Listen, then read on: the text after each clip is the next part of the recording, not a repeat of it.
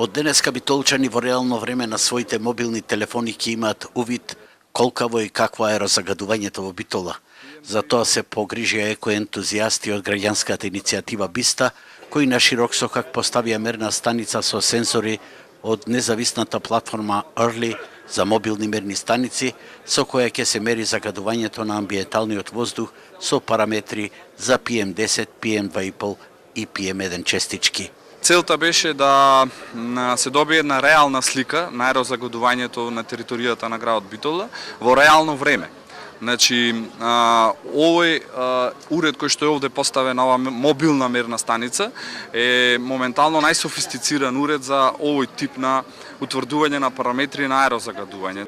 Меѓутоа, иницијаторите кои успеа овој уред да го обезбедат бесплатно од полскиот производител, планираат да обезбедат уште најмалку 4 до 5 мобилни станици, со кои целосно ќе се покрие територијата на Битола, а средствата од 5000 евра ќе се обезбедат преку донаторска акција или социјална кампања на граѓаните. Со ова опрема ќе се демистифицираат заблудите дека најголеми загадувачи се домаќинствата, бидејќи најголемата емисија на штетни гасови доаѓа од општинските институции, велат од Биста. Сметаме дека представата малце за аерозагадувањето во градот е погрешно разбрана. Значи, сите алудираат на домаќинствата кои што греат дрва или било што.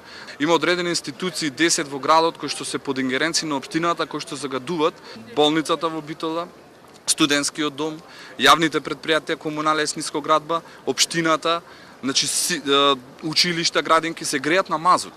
Значи, сите тие емитира штетни емисии кои што не се заштитени, нити со филтри, нити со пречистувачи. Дали општинската управа ќе поддржи ова граѓанска иницијатива или не, допрва ќе видиме. Барем за сега, нивните екополитики се движат во сосема спротивен правец. Според програмата за идната година, планираат субвенционирање за чистење на оджаци, купување на велосипеди и печки за пелети. Одлуката на Советот на општината за субвенционирање на струја се уште ја чуваат под тепих и никако да стигне до владата.